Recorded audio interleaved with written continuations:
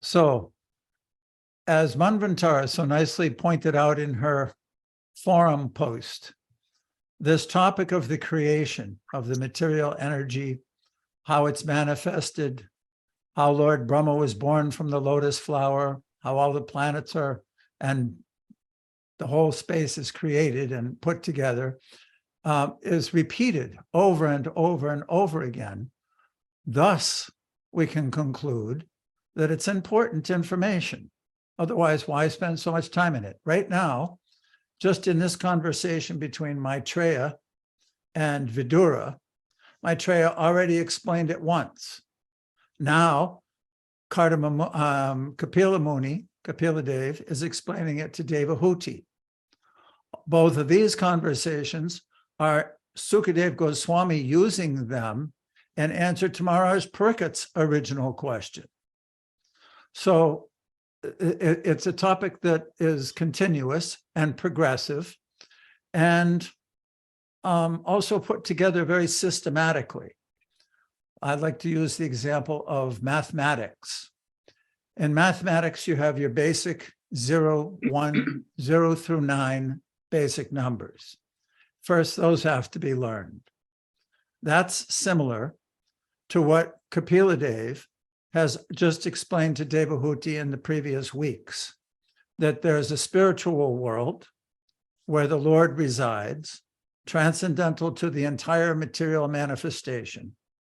He glances over the unmanifest material nature, which has the potential for creating all life. Because of that glance and the infusion of the living entities into that pradhan, then everything starts to unfold.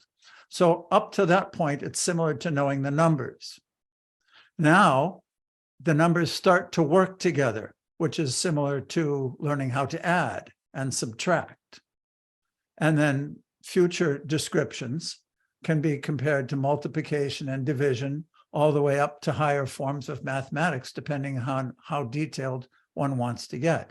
But we have to understand the fundamentals before we understand the details and intricacies of these, how these work.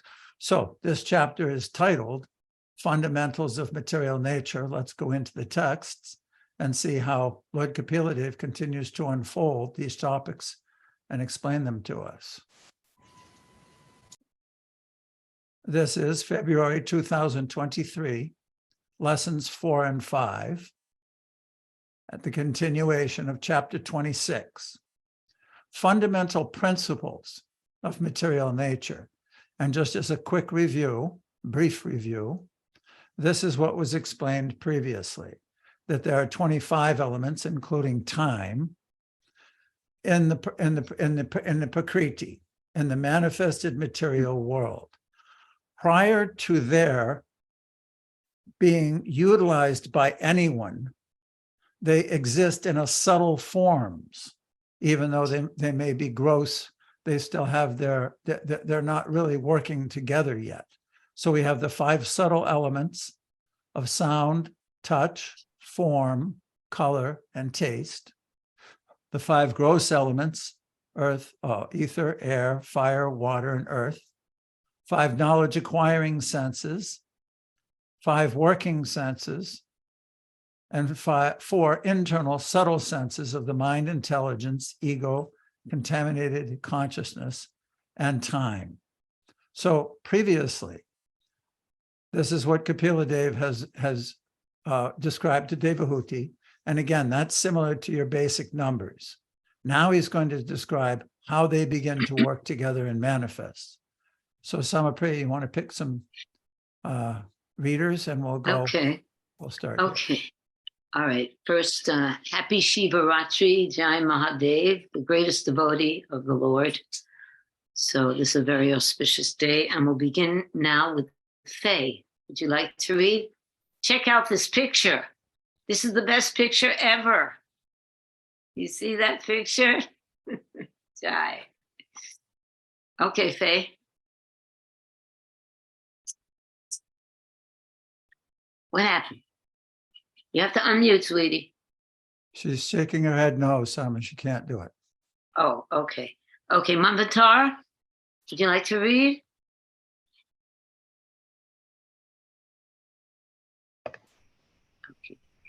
Can you hear me okay? Perfect. Text 16 and 17. Lord Kapila Dev continued, the influence of the Supreme Personality of Godhead is felt in the time factor, which causes fear and death due to the false ego of the deluded soul who has contacted material nature. My dear mother, O daughter of Swayambhuva Manu, the time factor, as I have explained, is the Supreme Personality of Godhead, from whom the creation begins as a result of the agitation of the neutral, unmanifested nature. Purport. The unmanifested state of material nature, Pradhan, is being explained. The Lord says that when the unmanifested material nature is agitated by the glance of the Supreme Personality of Godhead, it begins to manifest itself in different ways. Before this agitation, it remains in the neutral state, without interaction of the three modes of material nature. In other words, material nature cannot produce any variety of manifestation without the contact of the Supreme Personality of Godhead. The Supreme Personality of Godhead is the cause of the products of material nature. Without his contact, material nature cannot produce anything. Material nature appears to the material scientist to act and react in a wonderful manner. But in reality, it cannot act without the agitator, time, who is the representation of the Supreme Personality of Godhead. When time agitates the neutral state of material nature begins to produce varieties of manifestations. Ultimately, it is said that the Supreme Personality of Godhead is the cause of creation. As a woman cannot produce children unless impregnated by a man, material nature cannot produce or manifest anything unless it is impregnated by the Supreme Personality of Godhead in the form of the time factor. Okay. So now, do you understand that? Does everyone understand that? Just the way Manvantara read it. You read it so nicely. It sounded like you understood it a lot better than you did last week. Do you?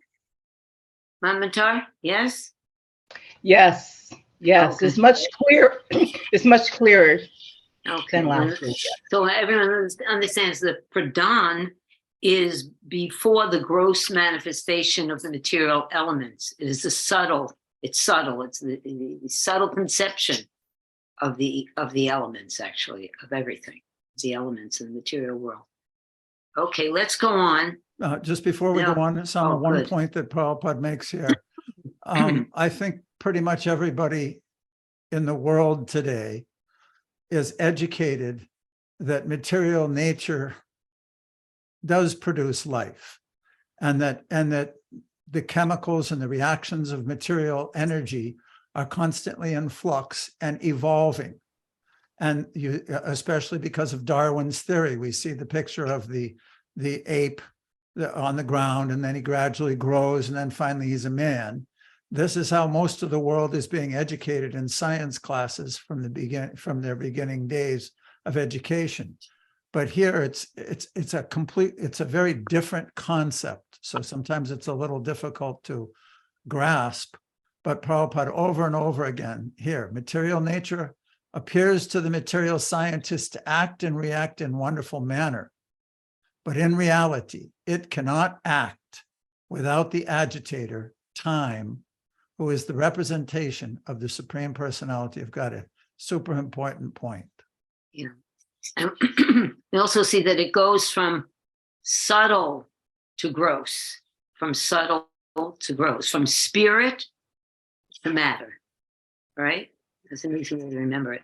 Okay, Faye fixed her machine, and now she can read for us. Thank you. Hare Krishna. Good morning, Mataji. Hare Krishna. Srimad Bhagavatam 3.26.18. By exhibiting his potencies, the Supreme Personality of Godhead adjusts all these different elements, keeping himself within as the super soul and without as time. Purport. Here it is stated that within the heart, the Supreme Personality of Godhead resides as the super soul. This situation is also explained in Bhagavad Gita. The super soul rests beside the individual soul and acts as a witness. The conditioned soul engages in the happiness and distress of the particular body given him by the arrangement of the external energy of the Supreme Lord. But the Supreme Living Being, or the Paramatma, is different from the conditioned soul. He is described in Bhagavad Gita as Maheshvara, or the Supreme Lord. He is Paramatma, not Jiva Atma. Paramatma means the super soul who is sitting by the side of the conditioned soul just to sanction his activities. The minute independence of the conditioned soul is exhibited by his marginal position. If he likes, he can forget the Supreme Personality of Godhead and come into the material existence with a false ego to lord it over material nature. But if he likes, he can turn his face to the service of the Lord. The individual living entity is given that independence. His conditional life is ended, and his life becomes successful as soon as he turns his face to the Lord. But by misusing his independence, he enters into material existence. Yet the Lord is so kind that as super soul, he always remains with the conditioned soul.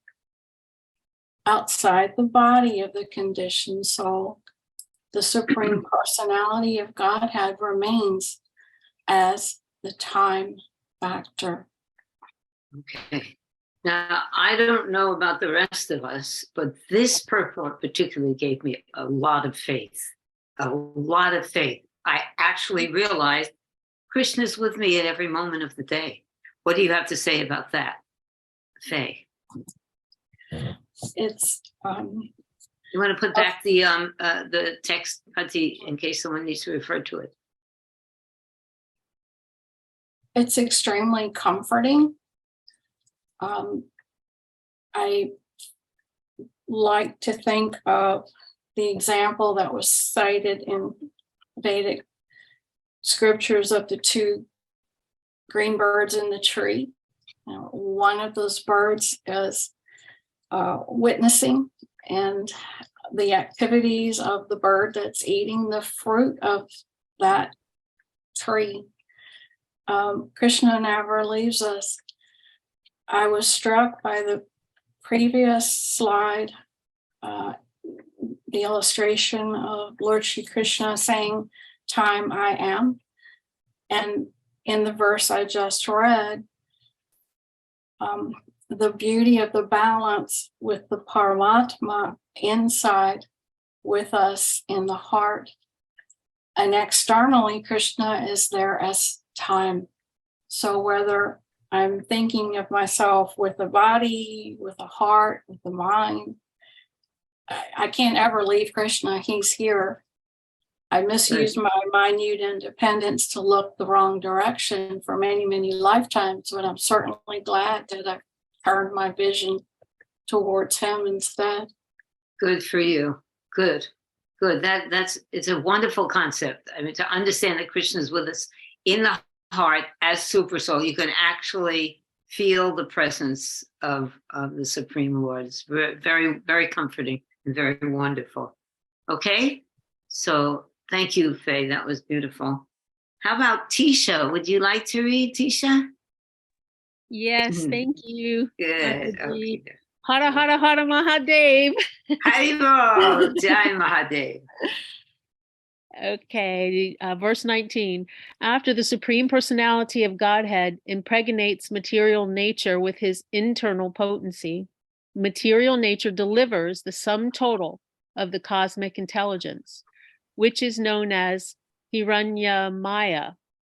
This takes place in material nature when she is agitated by the destinations of the conditioned souls. Purport by Srila Prabhupada. It is described in the Vishnu Purana that the living entities belong to the spiritual nature.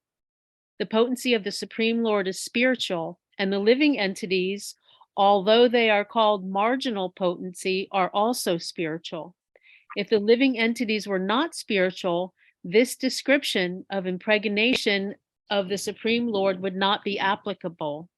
The Supreme Lord does not put his semen into that which is not spiritual, but it is stated here that the Supreme Person puts his semen into material nature. This means that the living entities are spiritual by nature.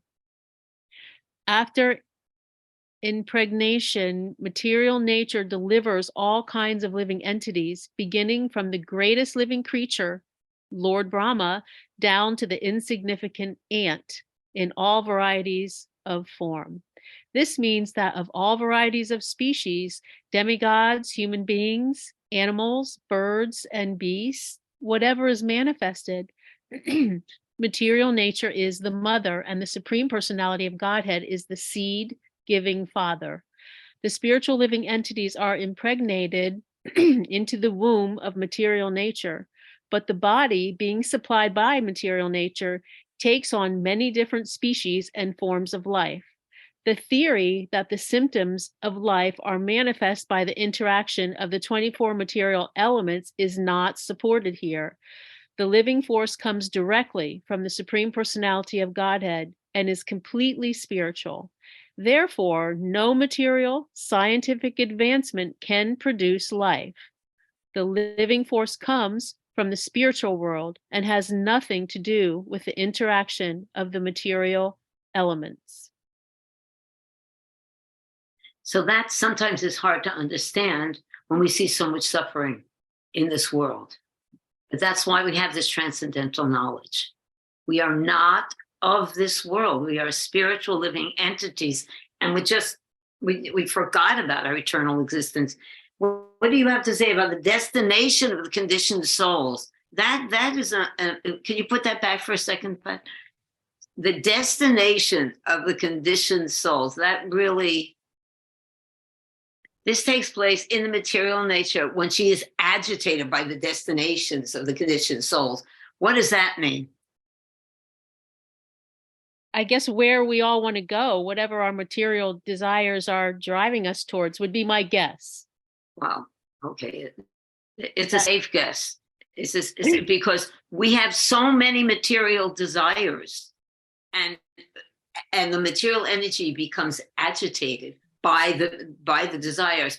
What is that, Pati? What is that reference that something turns blue? What turns blue because of the all of the desires? Unmute.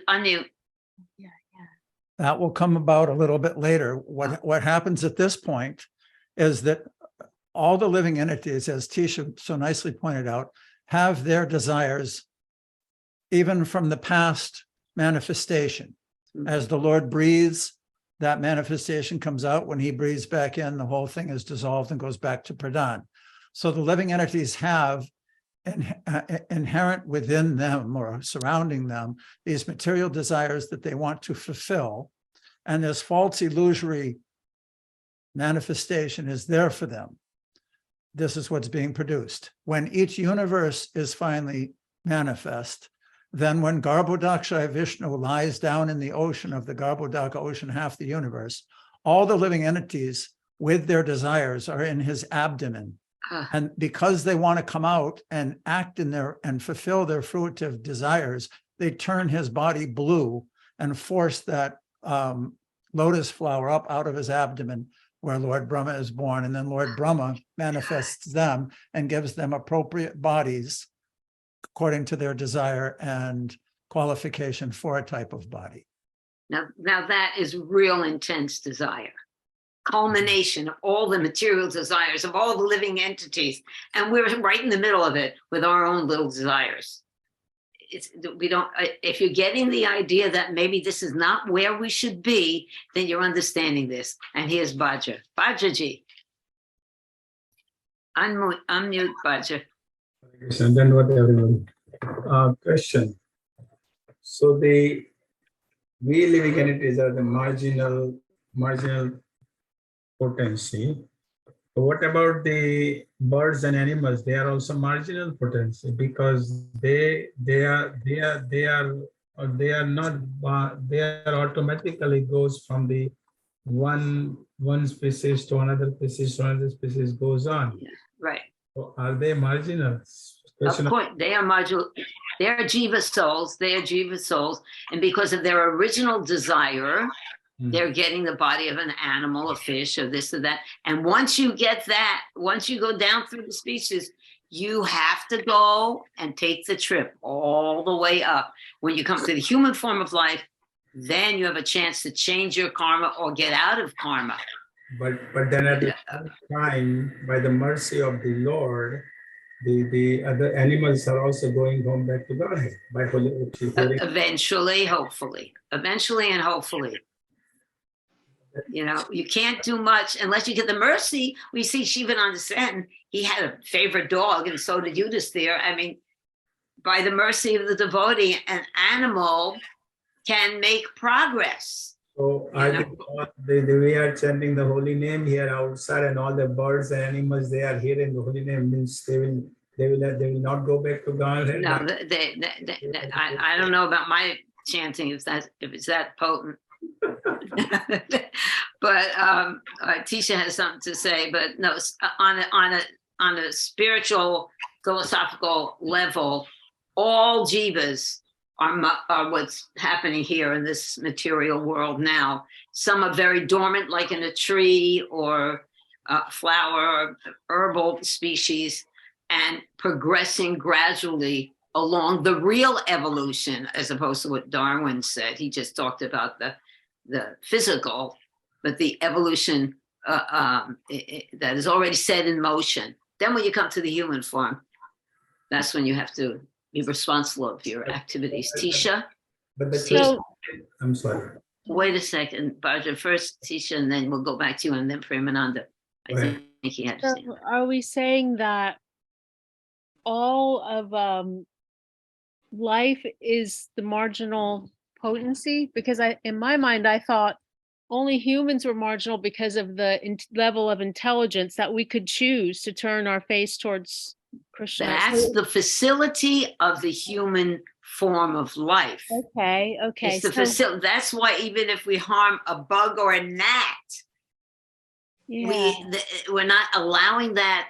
Prabhupada said on a tape on one just recently, we're not allowing that species to continue out its full time in that species of life, which is an automatic progression up to the human form of life. Of course, anything can be interrupted by divine will, but this is the method that Krishna has set in order, right?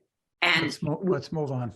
Okay, we're moving on. No, I'm just saying you're getting very expansive in your answers. Oh, so I'm sorry. Keep them a little more concise. Premananda had another. Okay, Premananda ji. No, it's okay. I was just saying that there are 8.4 million species of life, and human beings is one species. So yeah, animals, trees, everything are marginal. Actually, there are 400,000. Yeah, out of 8.4 million, 400,000 are human species. Yeah. But we should know that all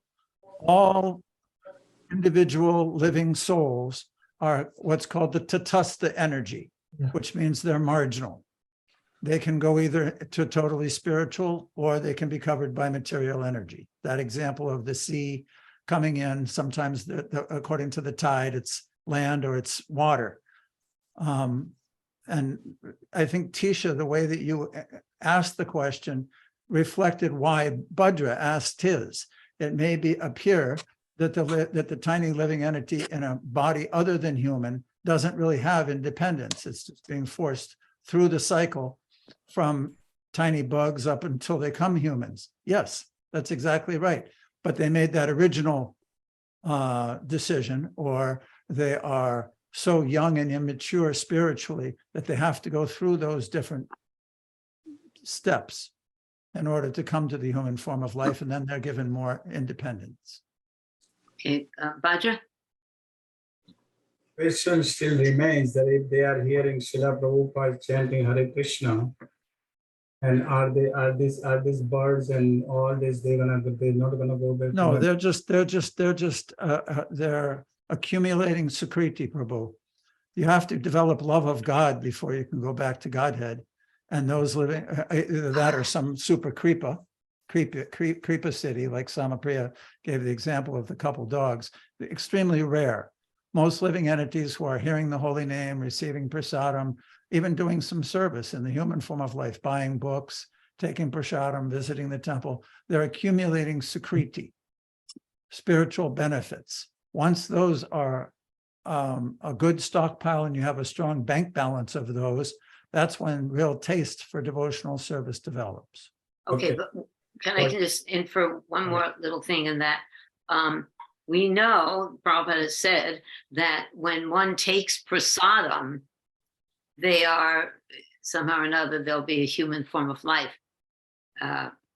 for them next. So when a species other than a human takes prasadam, like there are many devotees who give their pets prasadam, and this is beneficial as well, isn't it? Prabhupada said that you get a human form of life from taking prasadam. That's what we all. Madhurya Leela just asked that question. Everybody, yes, that's right. But that doesn't mean that once they become human, they automatically go back to spiritual world at the end of that lifetime either. Right.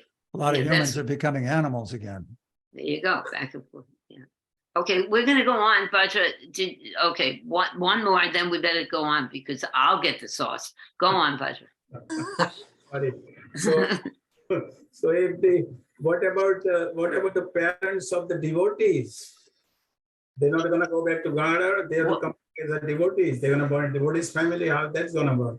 What did you say? Wait, I didn't hear the first part. Parents of devotees, Hare Krishna parents of the Hare Krishna devotees, where are they going to go? The parents of the devotees, that's what he's asking. Oh, well, we hope up. We hope up, right? The parents are going to go up. Look at that. Prabhupada said all of our mothers are very pious. It's got to be, there's a lot of, these are intricate things. Whatever seva is there, you get benefit from Krishna, and Krishna sees it. So many stories, but we better go on, but I'll tell the story about Jayananda after. Okay, let's go on with Sham Govinda. Thank you for bringing that up, everybody. Sham, would you like to read? Yes, thank you, Mother Samapriya. Srimad Bhagavatam 3:26, text 20 and 21. Thus, after manifesting variegatedness, the effulgent Mahatattva, which contains all the universes within itself, which is the root of all cosmic manifestations, and which is not destroyed at the time of annihilation, swallows the darkness that covered the effulgence at the time of dissolution. The mode of goodness, which is the clear, sober status of understanding the personality of Godhead, and which is generally called Vasudev or consciousness, becomes manifest in the Mahatattva. Purport. Since the Supreme Personality of Godhead is ever existing, all blissful and full of knowledge, his different energies are also ever existing in the dormant stage. Thus, when the Mahatattva was created, it manifested the material ego and swallowed up the darkness which covered the cosmic manifestation at the time of dissolution. This idea can be further explained. A person at night remains inactive, covered by the darkness of night, but when he is awakened in the morning, the covering of night or the forgetfulness of the sleeping state disappears. Similarly, when the Mahatattva appears after the night of dissolution, the effulgence is manifested to exhibit the variegatedness of this material world. The Vasudeva manifestation, or the status of understanding the Supreme Personality of Godhead, is called pure goodness or Sudha Sattva. In the Sudha Sattva status, there is no infringement of the other qualities, namely passion and ignorance. Okay, so I think my husband wanted you to read the next slide as well, because this goes together. Okay. 3:26:22. After the manifestation of the Mahatattva, these features appear simultaneously. As water in its natural state, before coming in contact with earth, is clear, sweet, and unruffled, so the characteristic traits of pure consciousness are complete serenity, clarity, and freedom from distraction. Purport. The pure status of consciousness, or Krishna consciousness, exists in the beginning, just after creation. Consciousness is not polluted. The more one becomes materially contaminated, however, the more consciousness becomes obscured. In pure consciousness, one can perceive a slight reflection of the Supreme Personality of Godhead. As in clear, unagitated water, free from impurities, one can see everything clearly. So in pure consciousness or Krishna consciousness, one can see things as they are. One can see the reflection of the Supreme Personality of Godhead, and one can see his own existence as well. This state of consciousness is very pleasing, transparent, and sober. In the beginning, consciousness is pure. Wow, what a great purport. Oh my goodness. So it sounds like we're getting influenced by everything around us to make our consciousness not pure. What do you think, Sean?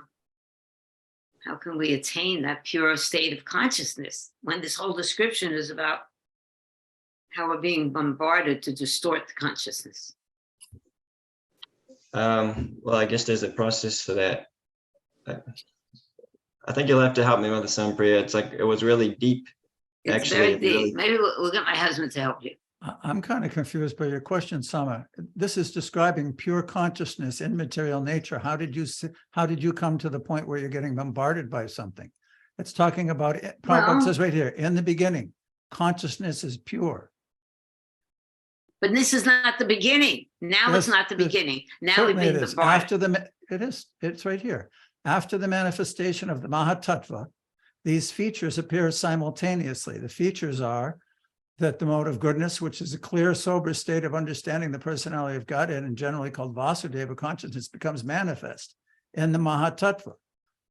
So he's talking about in the beginning. We're still at the very beginning.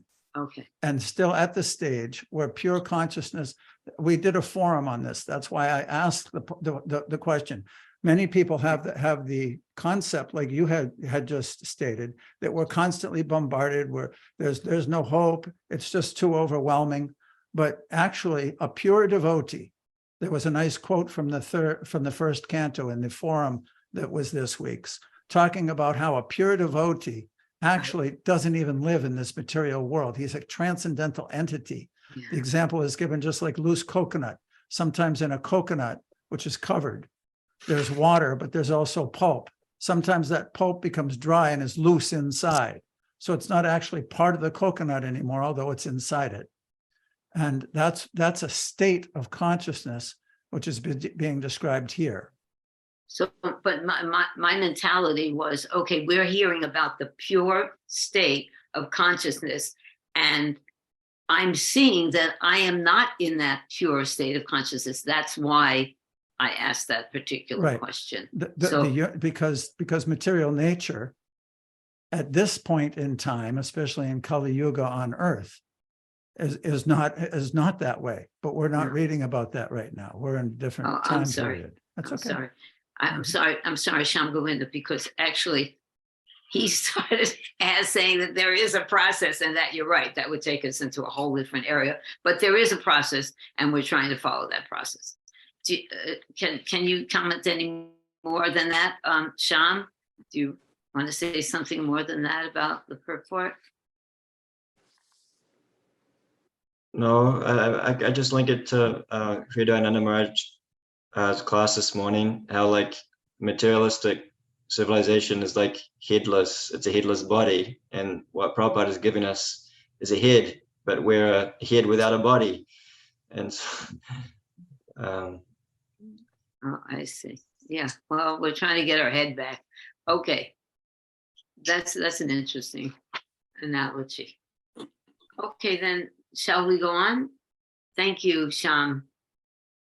Sorry if I'm confusing everyone. That's okay. Okay. At this point, I just wanted to make it clear. And at this point, these texts which are coming up, this is where the next development starts to happen. Okay.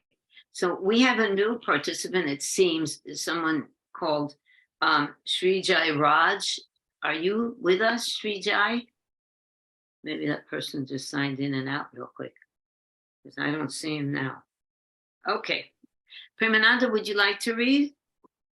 Yes, Mataji, thank you. Srimad Bhagavatam 3:26, 23 through 26. The material ego springs up from the Mahatattva, which evolved from the Lord's own energy. The material ego is endowed predominantly with active power of three kinds: good, passionate, and ignorant. It is from these three types of material ego that the mind, the senses of perception, the organs of action, and the gross elements evolve. The threefold ahankara, the source of the gross elements, the senses, and the mind, is identical with them because it is their cause. It is known by the name of Sankarshan, who is directly Lord Ananta with 1,000 heads. This false ego is characterized as the doer, as an instrument, and as an effect. It is further characterized as serene, active, or dull, according to how it is influenced by the modes of goodness, passion, and ignorance. Purport by Srila Prabhupada. Ahankara, or false ego, is transformed into the demigods, the controlling directors of material affairs. As an instrument, the false ego is represented as different senses and sense organs. And as the result of the combination of the demigods and the senses, material objects are produced. In the material world, we are producing so many things, and this is called advancement of civilization. But factually, the advancement of civilization is a manifestation of the false ego. One has to cease increasing artificial necessities in the form of material objects. One great Acharya, Narottam Das Tagore, has lamented that when one deviates from pure consciousness of Vasudeva or Krishna consciousness, he becomes entangled in material activities. The exact words he uses are, "I have given up the pure status of consciousness because I want to enjoy in the temporary material manifestation. Therefore, I have been entangled in the network of actions and reactions." Okay. Well, before we go on, there seemed to have been some confusion, Manmatara, and I think Premananda also voiced it, in these concepts. And that what we're going to read next is a paragraph that I think explained everything. Bhadra, do you want to say something? Yeah, I just want that someone can clarify the first paragraph. It's a little bit confusing. Okay. That one from the purport? This? Purport. Okay, why don't we have Premananda explain it, since he read. Can you do that, Premananda? Premananda, I also have your chart available. Yeah, that would be wonderful, having your chart. Yeah, so this is basically what the previous verse was saying, that from Mahatattva, there was one more chart before this one, there was Mahatattva, and from Mahatattva, the false ego Ahankara manifested. And by the interaction of time element, this Ahankara has kind of three divisions in the mode of goodness, passion, and ignorance. And the mode of goodness is called the doer. The mode of passion is called instrument, which is basically kind of agent for doing something. And the mode of ignorance is basically the effect, like whatever you do, it ends up being an effect of that. And the mind is the manifestation of the mode of goodness. Ahankara means Ahankara in the mode of goodness. The intelligence is the manifestation of Ahankara in the mode of passion. And adibhuta, which is basically the five sense objects and action senses, and those are no, the ahankara in the mode of passion leads to the five sense objects like sight, sound, touch, taste, and I think there's one more I forgot. And the five gross elements: earth, water, fire, air, ether. And the bottom one, where it says the knowledge acquiring senses and the action senses, those are manifestation of the ahankara in the mode of passion. So that's basically what the previous verse was saying, the first paragraph of that purport, that ahankara is transformed into demigods, and then which are basically the controlling deities of each of the senses. And then as an instrument, which is in the mode of passion, the false ego is represented by as different senses and sense organs. So basically, it's a kind of the chart is an elaboration of this paragraph and purport. You know, it's very interesting that it's very scientific. Prabhupada likes to talk about science, but this is actually very scientific and perfectly arranged. It's perfectly arranged, and it's actually a mechanical thing. It's a material mechanical thing, the whole arrangement of the material world. There's reasons for everything. Cheta? And then I want to go back to you, Bhadra, to see if you can.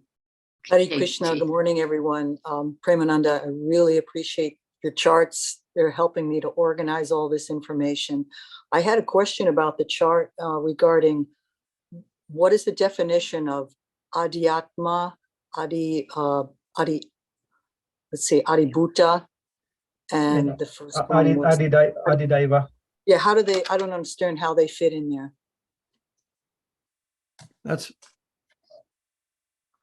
So those terminologies were taken from. Remember, we studied the same material elements in second canto. I think chapter 5, I believe, in second canto. So those terms were mentioned in that study. So I just kind of combined both of this together. Good. Okay, I just don't understand what they mean because I wasn't there. Pati, why don't you explain it?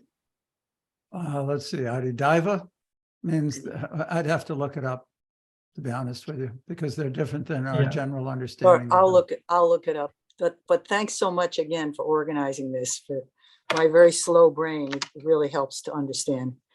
Hare Krishna. It's hard to understand. Back to our point here on this particular. Oops, let me bring the verse up. I'm looking at it and you're not.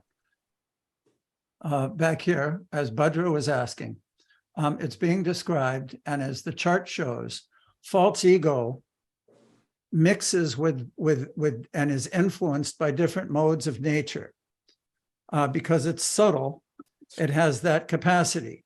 Just like water, you can pour it in a cup, or you can pour it in a mug, or you can pour it in a thimble, and it will take the form of the container.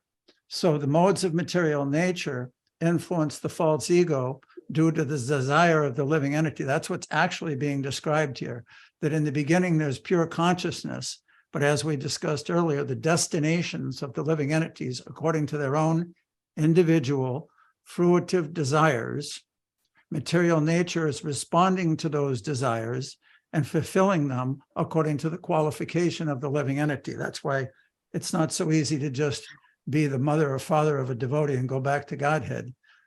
The point that has to happen is that each individual soul has to develop love and submission to the Supreme Personality of Godhead before it attains its own eternal spiritual body. We may be liberated for some time, but ultimately that soul has to go back to Godhead, develop its love to go back to Godhead. So here it's being described that the Hankar is transformed according to the modes of nature and the desire of the living entity into controlling demigods. And then as an instrument, it becomes represented by senses and sense organs in each individual body. So I hope that, and this is a really good one, where Prabhupada said that as a result of this combination of the demigods and the senses, material objects are produced. In the material world, we're producing so many things in this this is called advancement of civilization. But factually, the advancement of civilization is a manifestation of Oh. the false ego. Wow. Yeah. Yikes, man. We're Yeah. putting so much energy into developing our false ego. Oh my goodness. Well, Premananda, you still have your hand up. Is that all right? Or- Yeah, and I have a question. So Prabhu, if you can go back to the chart. I mean, this is something that, this is something that I've struggled with for a long time. So in Bhagavad Gita, Lord Krishna says that higher than the 5 gross elements is the mind, and higher than mind is the intelligence, and higher than intelligence is the soul and the super soul, right? So, but if you look here, it says the mind is the product of the mode of goodness, where the Yeah, intelligence is a passion. So I thought it should be the other way around. Intelligence should be in the mode of goodness, and then mind could be in mode of passion. No, The last one, gross no, think elements in the mode about of it. ignorance, makes sense. But the first two, I've never been able to figure out why mind is goodness and Think about intelligence is- this. Think about this for a moment. Action, you need your intelligence to act. Action is the mode of passion. So intelligence is needed to determine how to act. You know? Does that make sense at all? You need action is the mode of passion, and our intelligence is accepting and rejecting all the time. It's always deciding how to act. I think also, Premananda, it's a real fine line, just like in colors, you know how there's millions of colors on a computer screen, and the difference between mind and intelligence are extremely fine gray areas with many shades that interact and bleed into one another, because the mind is accepting and rejecting, the intelligence is discerning, and what's being described is kind of like the real fine tuning of how the modes are working with each element. All right, I think Bhadra wants to speak, and actually, Bhadra, I'm going to have you read the next slide. But did you want to say something, or you want to just wait until after you read? Because the next slide is really important. No, Did you want to? I want to go through you were going to talk about the devotee's mother who left the body. And Srila Prabhupada was there, and Srila Prabhupada, now what, because I'm here, I heard something else. So what was your thing about, what was that devotee whose mother left body, and so where is your Krishna? Is Krishna, what's the devotee's name? Srila Prabhupada disciple. No, yeah, that was a different one, Sama. I don't know who said that, but I remember that. Where is your Krishna now? Yeah. Yeah, right. That was a different one. However, our mothers and fathers who have seen us go through this whole Krishna conscious experience, they are very much affected. You know, they're very, very much affected by it. No, I understand. So it's not like an ordinary, and they are making tons of advancement. They raised us. No, So that's understood. But my question is, are they, because the sons and daughters are devotees of the Lord, are they going straight back to Godhead, or they are coming as a devotee? it's an individual thing. You can't make like a statement like that. It's an individual thing, depending upon so many different variables. You can't say, I could definitely say that it's beneficial for someone if their child is a devotee. It's very beneficial, and they stand to make a lot of advancement. But how can we know these things, really? It's not, there's too many variables that can be there. What do you think, Pati? Is that a good answer? Yes, very good answer. It's always individual. Yeah, and yeah, there's It no hard could and be, fast. could be, but it's not like Krishna's forced to bring somebody back because a devotee grew up in the family. There's no Shanti. force. Right. Sean, did you want to say something? Thank you, Mother Samapriya. I just had a quick question about intelligence and mind. Bhagavad Gita says that intelligence is like the seating place of lust. So is the mind said it's in the mode of goodness because it's actually influenced by the intelligence? So in other words, the mind itself is like, it's influenced by contact with matter, but that's obviously because the intelligence is either choosing or it's being pushed by the material energy to engage in in contact with matter. And so, in other words, is the mind always like, mode of goodness means it's kind of pure, right? In a sense. And the intelligence is the thing that either says it engages it purely or doesn't engage it purely. So is that? I understand that. What do you think, Patti? What's the answer to that? Is the mind itself neutral? Again, my understanding is that there are very fine, subtle demarcations. They work together so intimately, the mind and intelligence, even in your own realm of your own mind and intelligence. You can see how they work so ever so entwined together. They're practically one, but there are discernments even in these descriptions of the elements and how they manifest, and you really have to go into those different details which describe what the nature of each one is, and then try to apply it to what you're thinking about. Well, the question is the mind neutral, and it's affected by the intelligence, just like, the sky. Here's just a brief thing. Here's the mind. The characteristics are thought, reflection, give rise to desire. The intelligence are doubt, misapprehension, correct apprehension, memory, and sleep. These are taken from the texts, 27, 28, 20, 30. So in 29. other words, the intelligence is reacting to the mind. The mind is the leader. Sounds like the mind is the leader, and the intelligence is acting according to what the mind is Prabhupada always directing. described the mind as accepting and rejecting, and the intelligence directing it. For example, your senses see an apple. Your mind, your senses want to grab it and eat it, but the mind is oscillating, and the intelligence says, no, don't eat it. It's actually just a piece of wood that looks like an apple. So they're all working together, your senses, your mind, and your intelligence, to propel you to do something. And according to how strong your desire is to taste the apple, you'll either listen to your intelligence and try to bite the wood or not. Boy, oh boy. Okay. Thank you. That was This is complex. what? This is Complex. It's very subject. complex, Yes. which is It's very good ongoing. that we Got to have. study psychology, not Lord Kapila Dev. We are devotees, and we have the holy name. That's the bottom line. Hare Krishna. It's very complicated for Kali Yuga people to understand this. Yeah, but the good thing is to know that Krishna is so scientific. He's the biggest scientist. Yes, it's he's good very to- scientific. And there was a confusion with this paragraph that I'm going to ask Bajra to read, and he's going to say what he's been very patiently waiting to say. But because there was some confusion about, there's confusion about this topic. About why it's important to understand it. Yeah, about why it's important to understand. This kind of like, it takes all the essence of the whole thing and brings it to light. Bajra, why don't you read this? Hare Krishna, Dandavata everybody. Not only must one come to the stage of pure Krishna consciousness, but one must also be very careful.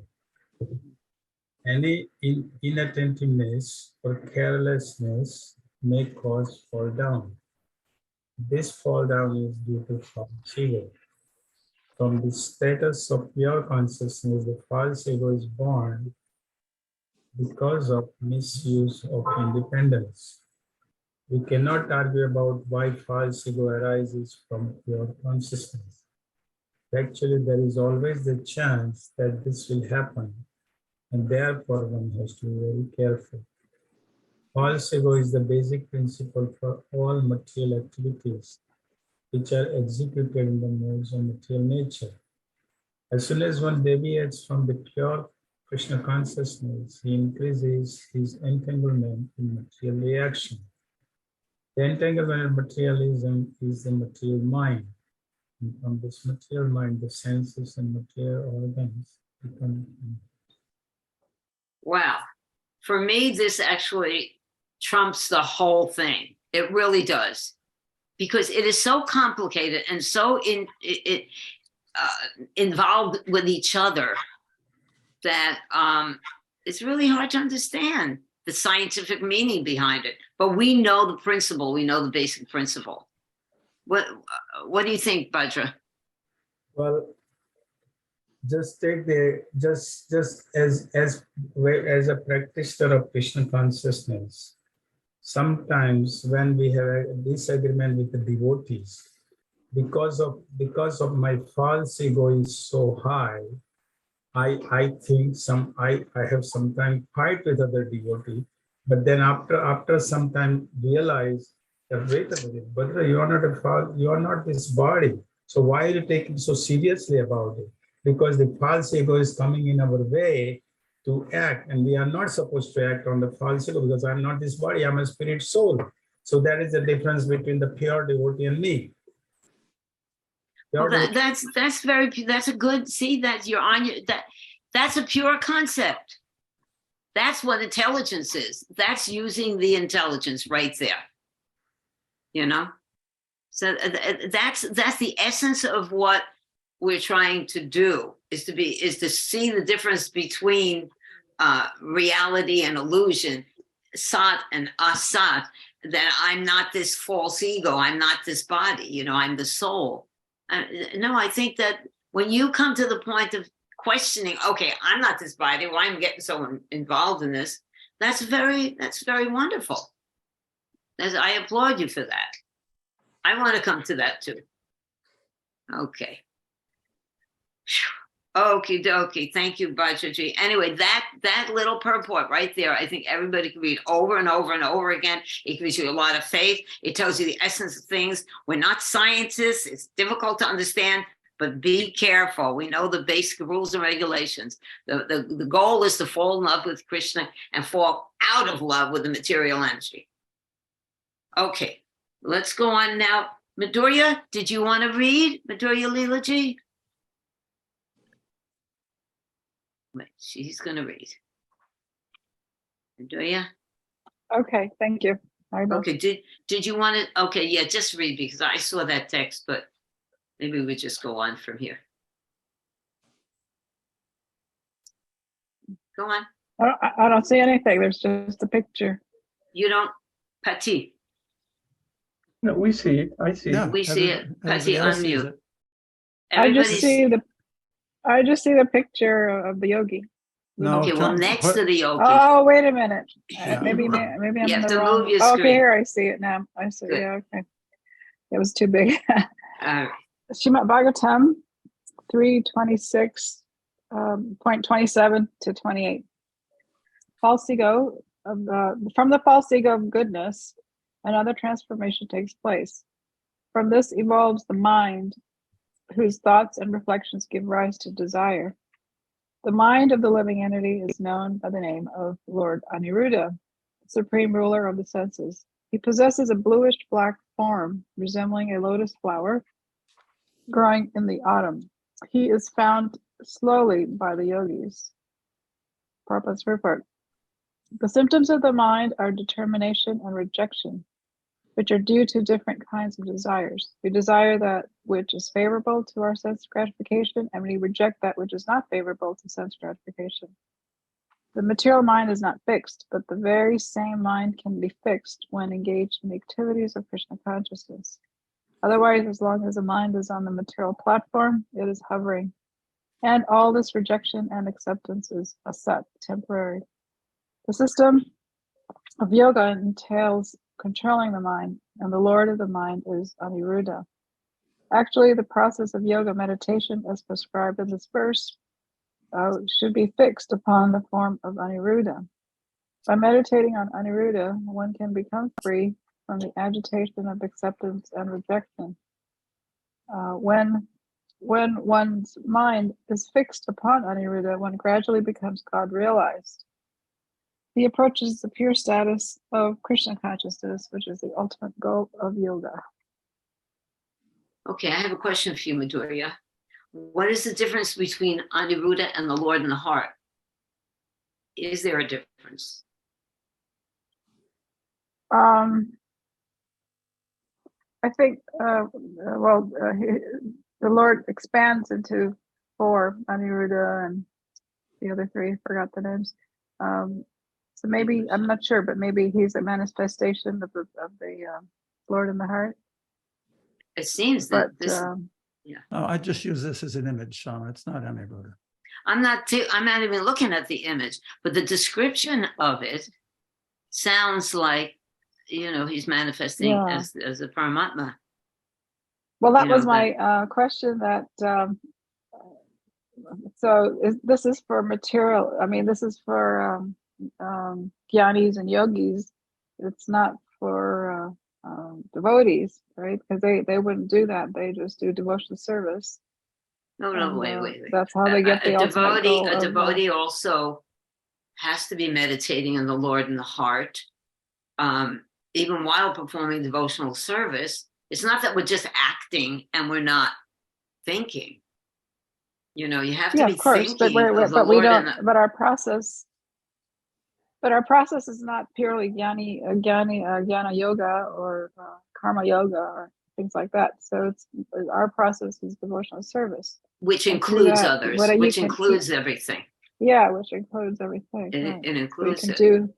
You can curtail anything in devotional service, but so to meditate upon Aniruddha, I don't know if that's meant for the people who are not following devotional path, and then they eventually get to the goal, which is God. If you can meditate on any form of the Lord in your heart and realize that the Lord is with you at all times, and He is, the devotee can meditate on Krishna, the form of Krishna, in his heart.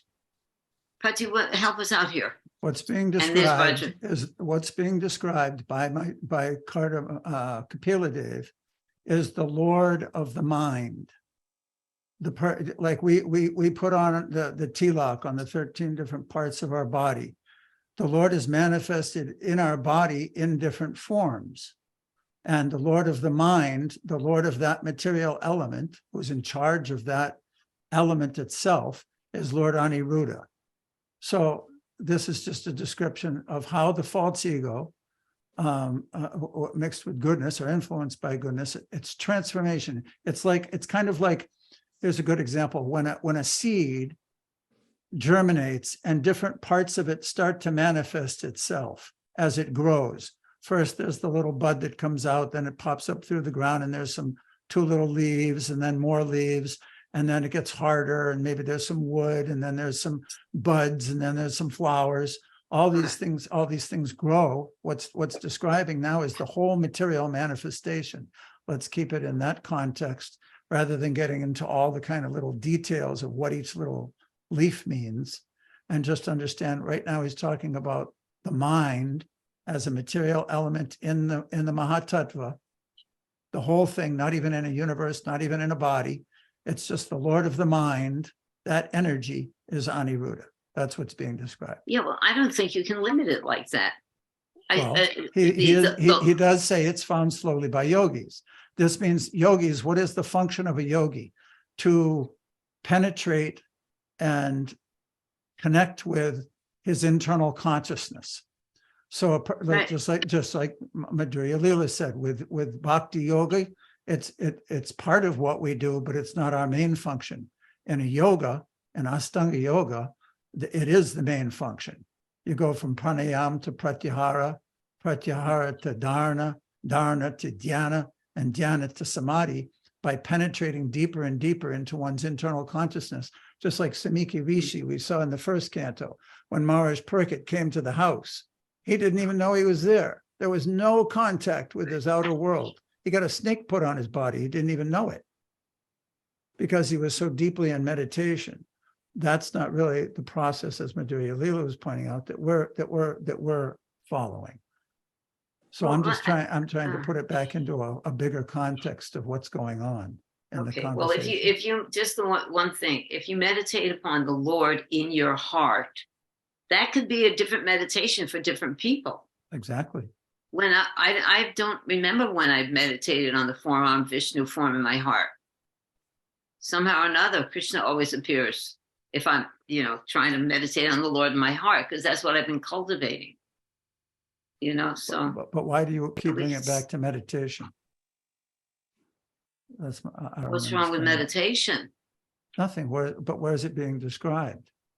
We're talking about the mind as an element being in its okay. functions. Budget has Okay. something to say. Okay, Roger. I'm sorry. Oh, let's blame it on the COVID. That's what my excuse today. Okay, go on, Bajaji. Go to the translation, please, on the previous, I'm sorry. It says that where is what? It's in the first it says from this he was the mind whose thoughts and reflection give rise to desire. Now, if I'm wrong, please correct me. The original desire of the soul is to be that I'm the part and parcel of the Lord, I'm servant of the Lord, and I have to serve. Now, because of the soul is minute, it is covered by this intelligent ego and the mind. So mind has created all these desires, and because of that, the soul is involved in these desires to fulfill those desires to go on. Am I correct? Did I make it correct? It's so good. Desire is of the soul. I thought soul has so many desires, and because originally we were in spiritual world, we desired something to come. So Krishna put us in the material world. Now, in the material world, the soul desires, of course, supposed to be pure, but because it's covered with the mind, intelligent ego, and the soul is only 1/10 of the water of the hair, tip of the hair. It is mind, intelligent ego that forcing him to continue the following the desires. Is that right? Just like if someone goes to court after performing a criminal activity, right? They performed an unlawful act. In this case, the soul misuses its independence and wants to be independent. Now, the Lord is there with the living entity constantly. Sarvasya chaham hridisani visto, mataksmitya jnanam apohanam cha, giving remembrance and forgetfulness. And it's extremely individual, just like a judge. He doesn't just give everybody the same sentence. According to one's criminal nature, the judge will give a verdict of life imprisonment or a misdemeanor or a $5 fine or be hanged according to the degree of the misuse of independence of the living entity. So similarly, the Lord, in harmony and complete cooperation with material nature, what's being described as he's the Lord of all of them and the demigods are his agents, they deal with each living entity accordingly to their particular individual circumstance. And that person, is being constantly monitored, being given opportunities to enjoy this or suffer that. And through this gradual process of sojourning in the material world, through the process of samsara for 8,400,000 births constantly, gradually there's a purification which comes about, but it's extremely individualistic. Every single soul has an intimate relationship with the Lord, and he's responding to that by presenting material energy before each one of us in different ways. Oh, okay. I would just like Premananda to read out loud what he just posted on this little text. This is wonderful. And this is the conclusion of this discussion. Premanandaji, can you read that? What did I post? I don't remember. A sincere student should not neglect the discussions of such conclusions. From the CC, right? Yeah. You want to read it? Oh, do you want? Okay, yeah. Do you want me to read the purport as well, or just the verse? Just read that first. A sincere student should not neglect the discussion of such conclusions, considering them controversial, for such discussions strengthen the mind. Thus, one's mind becomes attached to Sri Krishna. Okay, so that is okay. Now we can everybody be a little bit peaceful. Sometimes we go through subject Huh? matters that are a little bit difficult to us to grasp, because, like, we're little conditioned souls in the material world. So, okay, let's not get discouraged. And we have the holy name, and that's a great verse. Thank you, And- Premananda. Yeah, and if you have time, please read the purport. Srila Prabhupada's purport is very, very strong. With this Okay, particular wonderful. verse. It's very strong. It's an important verse. Yeah, very important verse. Very Thank you. important, especially when we're reading stuff like this that maybe it's a little bit difficult to understand. Can I read the last sentence of Srila Prabhupada's purport? Yes, It's very strong. please. Srila Prabhupada says, false devotees who have very little knowledge of such conclusions fail to achieve pure devotion for want of zeal in accepting the favorable directions of devotional service. Such false devotees are like impersonalists who also consider devotional service no better than ordinary fruitive actions. Oh, So Srila Prabhupada is very saying that having very little knowledge about this subject matter could be very, very dangerous. It could also disturb our devotional service, because so he's strongly okay, recommending so we that have the right direction. We're going in Yes. the right direction. Right. Let's, because, you don't have to have a college degree to become a devotee, but you have to have your intelligence and mind fixed on Krishna's lotus feet. So sometimes it's a little bit difficult for us to understand these things. Okay, let's just go on. Shukshma Rupini, can you read? If not, Ian's going to read. Shukshma, are you there? Wait a minute, let's see. She said she was going to be in a library, so I don't know. All right, she probably can't read because she's not responding. Okie dokie. How about you, Ian, my friend Ian? Are you there? Hare Krishna. Oh, Hare Krishna, Ian. Okay. How are you? Mahadev. Ian? Jai Jai Mahadev. Jai Jai Mahadev. Okay. Thank you. Okay. Go on, read. Yeah. So 29 to 30. The transformation of the false ego in passion, intelligence takes birth. O virtuous lady. The functions of intelligence are to help in ascertaining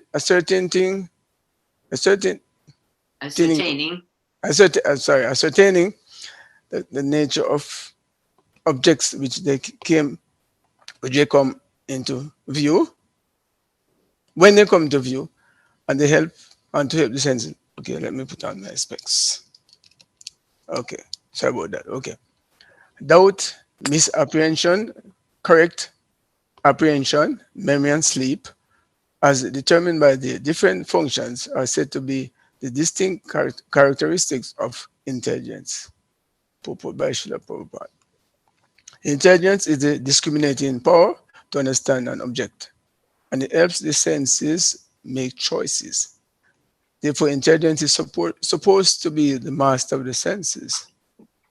The perfection of intelligence is attained when one becomes fixed in the activities of Krishna consciousness. By the proper use of intelligence, one's consciousness is expanded, and the ultimate expansion of consciousness is Krishna consciousness. Doubt is one of the important functions of intelligence. Blind acceptance of something does not give evidence of intelligence. Therefore, the word samsaya is very important. In order to cultivate intelligence, one should be doubtful in the beginning. But doubting is not very favorable when information received from the proper source. In Bhagavad Gita, the Lord says that doubting the words of the authority is the cause of destruction. The study to determine whether one's identity is spiritual or material begins in doubt. When one is able to analyze his actual position, the false identification with the body is detected. This is viprayasa. When false identification is detected, then real identification can be understood. Real understanding is described here as nishchaya, or proved experimental knowledge. Smriti means memory, and swapa means sleep. Sleep is also necessary to keep the intelligence in working order. If there's no sleep, the brain cannot work nicely. These are some of the aspects of the analytical study of intelligence as described in both the Patanjali yoga system and the Sankhya philosophy system of Kapila Devi and Srimad Bhagavatam. Wow. So inclusive of everything. Okay, so I have two questions. One is, this is the very, what about finding the right person to hear from? This is what it, in order to accept the truth, you have to find the right person to hear from. This is what this is saying to me. What do you think about that? Yes, it is stated in Bhagavad Gita, in chapter 4, Yes. when it says one should seek out their spiritual master, render service and inquire submissively, Right. because they have seen the truth, so they can I forget the last line. Impart knowledge to you, because they have seen the truth. Right. Yeah. Good. Yeah. Yeah. And also there's a part about But you put it back to the words, please. Here you go, Ian. Just putting the words. Yes.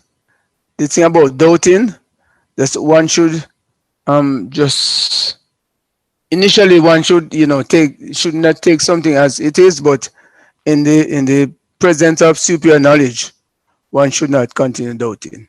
That was very important. Yeah. Good. That's in And also, relation. Go on. yes. And also importance of memory and sleep. This is very profound. Sleep is also necessary to keep the intelligence in working order. Right. Yeah. Prabhupada was very, very concerned if the devotees were sneezing or if they weren't having enough warm clothing. It's not that we neglect the bodily functions that are necessary to keep good health so that we can perform our service and be alert. So, don't sleep too much, but don't sleep too little. That's what a yogi is. Very good, Ian. Thank you. Anything else that you wanted to say about this? The last line there, these are some of the aspects of the analytical study of intelligence are described in both the Patanjali yoga system and the Sankhya philosophy system of Kapila Devi in Srimad Bhagavatam. So notice it is mentioned in the Patanjali yoga system. The yoga system, who we have our yoga teacher, Kate. She's going to read next, and I'd like to hear what she has to say about that. Okay. Yeah. Thank you so much, Ian. Yeah. Hare Krishna. Hare Krishna. Okay. Kate, are you there? Yes, I'm here. Hello, my darling. Hare Krishna. Would you like to read? Yes, please. Srimad Bhagavatam 3, chapter 3, 26, 31. Egoism in the mode of passion produces two kinds of senses, the senses for acquiring knowledge and the senses of action. The senses of action depend on the vital energy, and the senses for acquiring knowledge depend on intelligence. In this verse, it is clear that both kinds of senses, the senses for acquiring knowledge and the senses for action, are products of egoism in the mode of passion. And because the sense organs for activity and for acquiring knowledge require energy, the vital energy or life energy is also produced by egoism in the mode of passion. We can therefore actually see that those who are very passionate can improve in material acquisition very quickly. It is recommended in the Vedic scriptures that if one wants to encourage a person in acquiring material possessions, one should also encourage him in sex life.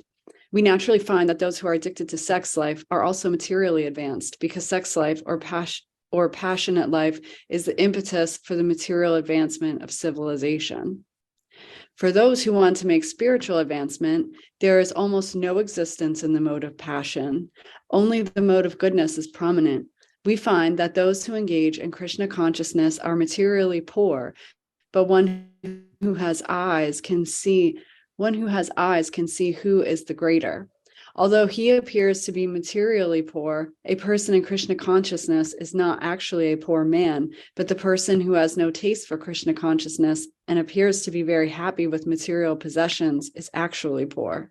Persons infatuated by material consciousness are very intelligent in discovering things for material comforts, but they have no access to understanding the spirit soul and spiritual life. Therefore, if anyone wants to advance in spiritual life, he has to come back to the platform of purified desire, the purified desire for devotional service. Oh, it's so nice to hear something so succinct by Srila Prabhupada. I think all of us can actually relate to this. This is, as opposed to the previous things that we've been reading, which have been a little bit more complicated. This is the crux of the matter. So, Kate, what do you think about this whole thing based on desire? It seems like everything is based on desire. That's why we come to the material world. It's based on our own desire. And if we want material things, there's even a place in the Vedas where it's recommended how to attain material things. That doesn't mean we're going to be perfectly happy with them, but all our desires can be fulfilled. So what do you think about that? But do you want to put it back let's see if we have to purify our desires.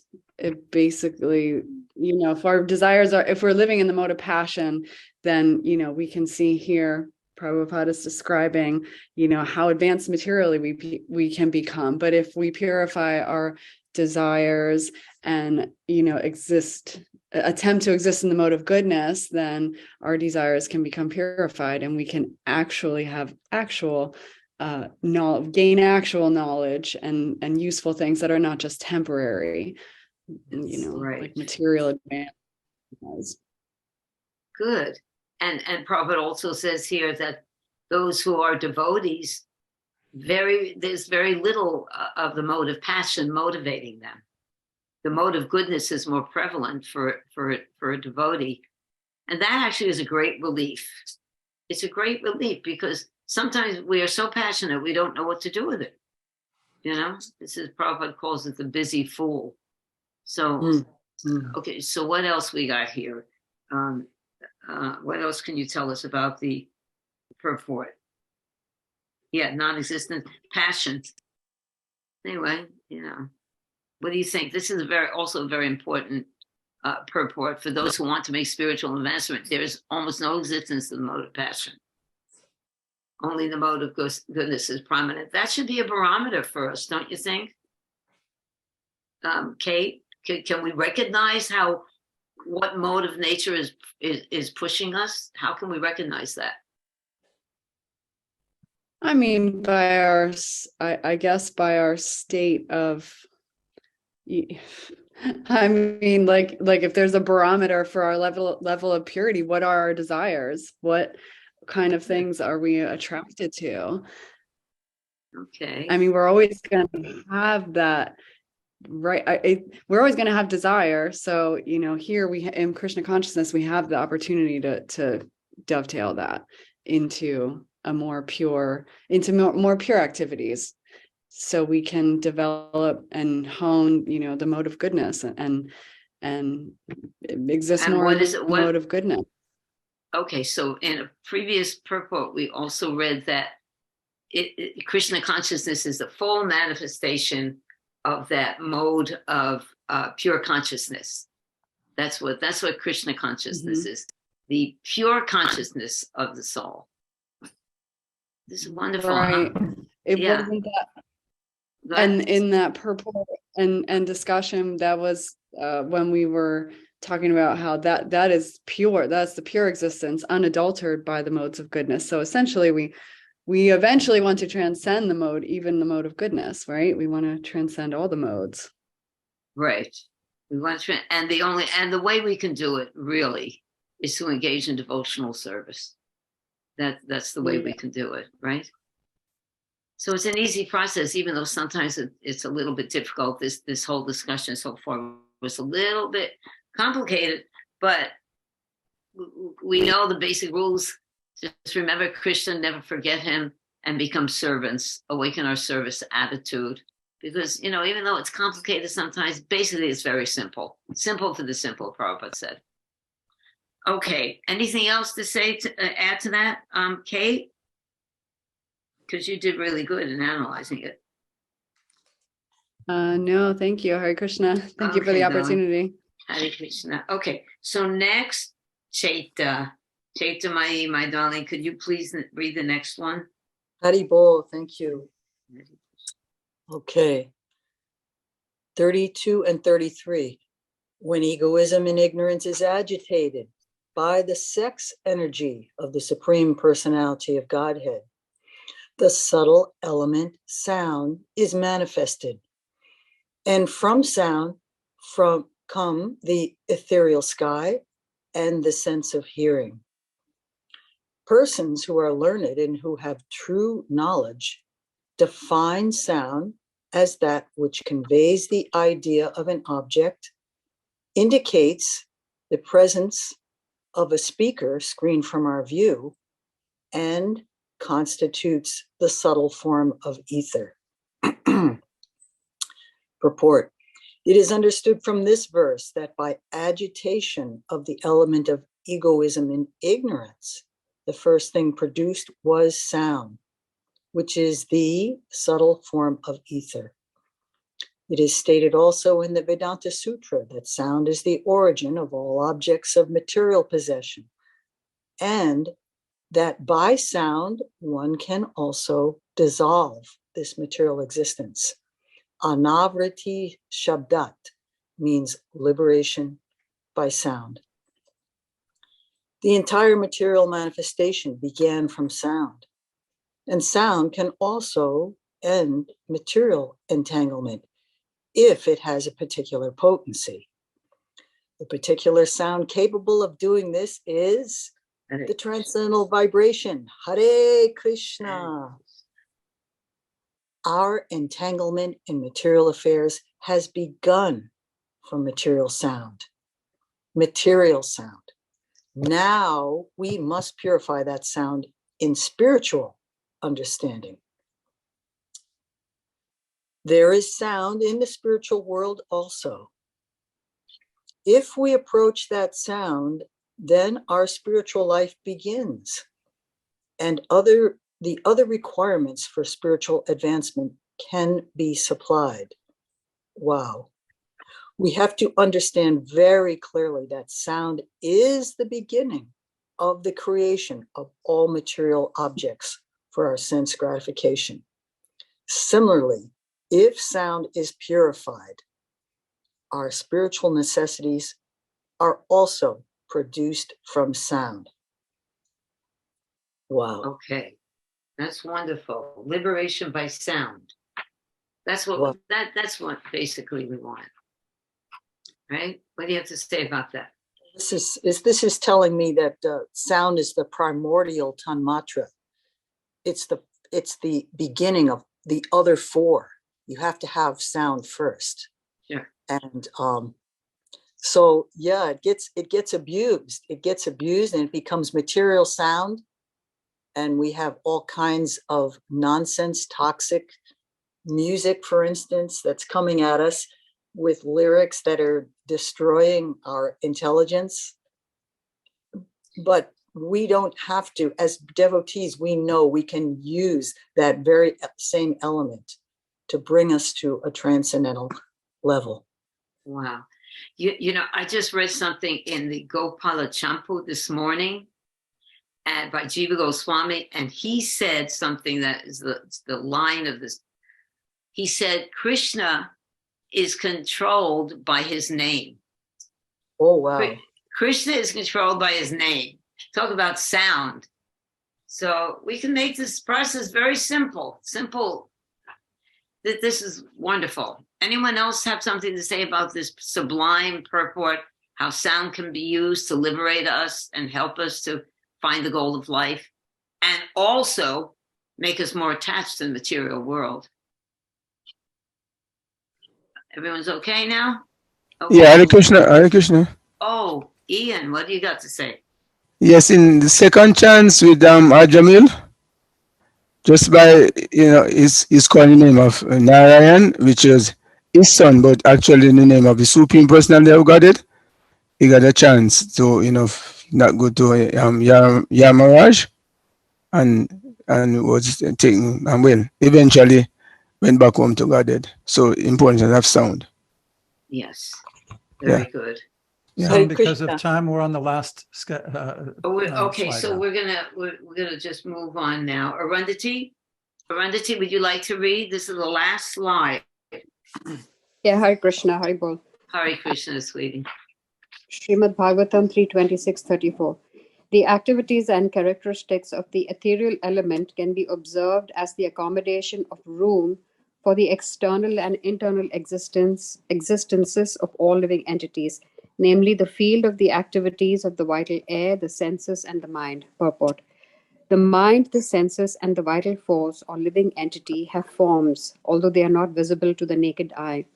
Form rests in subtle existence in the sky, and internally it is perceived as the veins within the body and the circulation of the vital air. Externally, there are invisible forms of sense objects. The production of the invisible sense objects is the external activity of the ethereal element and the circulation of vital air, and the blood is its internal activity.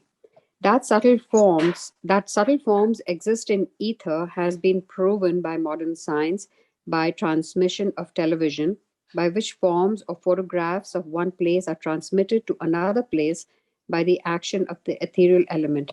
This is very nicely explained here. This verse is the potential basis of great scientific research work, for it explains how subtle forms are generated from the ethereal element, what their characteristics and actions are, and how the tangible elements, namely air, fire, water, and earth, are manifested from the subtle form. Mental activities or psychological actions of thinking, feeling, and willing are also activities on the platform of ethereal existence. The statement in Bhagavad Gita that the mental situation at the time of death is the basis of the next birth is also corroborated in this verse. Mental existence transforms into tangible form as soon as there is an opportunity due to contamination or development of the gross elements from subtle form. Oh, wow. Well, okay. Why don't you just comment on that last sentence? I know. Mental existence transforms into tangible form as soon as there is an opportunity due to contamination or development of the gross elements from subtle forms. Okay, so what do you got to say about that? Nothing. Okay, because here we see it that is from subtle to gross, right? Yeah. From subtle to gross. You think of something, you contemplate it, like contemplating the objects of the senses, desire develops. So you think about something, you desire it, you become what you hear, what you give your attention to, you become. Yes. So back to the words again, please. That's it. So what you can now say something about it, Arundhati. So mental existence, that this is from the Bhagavad Gita, right? Where Krishna says what I was that, just speaking. Right. That when you speculate on something, just the fact that you even speculate on something then leads to desire, and then that leads to action, and then the chain of lust and anger, and I think chapter 3 of the Bhagavad Gita is where Krishna. So this kind of puts it into perspective. But also this wonderful, the ether element, which is kind of so hard to explain when you're explaining the 5 gross elements. Ether is very subtle, but Srila Prabhupada explains it so beautifully, especially when he mentions the fact that right now, there's transmission going on. There's television, there's the phone line, there's photographs which get transmitted from place to place. But all this stuff existed. We feel we have advanced so much technologically, but these things have always existed. It's, Right. When we discover them and then we consider ourselves geniuses by coming up with the stuff. Good, very good. This accommodation in the text itself, accommodation of room. That's what the ether is. It's the accommodating room for everything to take place in. Mm. It's okay. Thank you. Oh, thank you. Okay, so that was the last slide, and we already went over Premananda's beautiful chart. So does anyone else have something to add to any of this? We have an open discussion for a few minutes here. just What for do a you wanna- brief, as a brief review, this description by Lord Kapila this week was all about the subtle elements of material nature. Next week will be the gross elements and the senses to perceive them. That was on purpose that I categorized them like that. So in this particular last slide or last section, I think everybody should try to be more, just be attentive a little bit in your own life, even if you do it only when you remember it. What sounds you're listening to and what sounds you're generating are almost like propellers pushing us in a particular direction. Wow. Right. Isn't that, boy, that's so important. So we're very vulnerable. We're affected by everything. All right. Well, happy Shiva Ratri to everyone. Today is a very good day to pray to the pure devotee. Yeah, Mahadev. So we can all pray to Lord Shiva to bless us with pure love for Krishna. Yeah.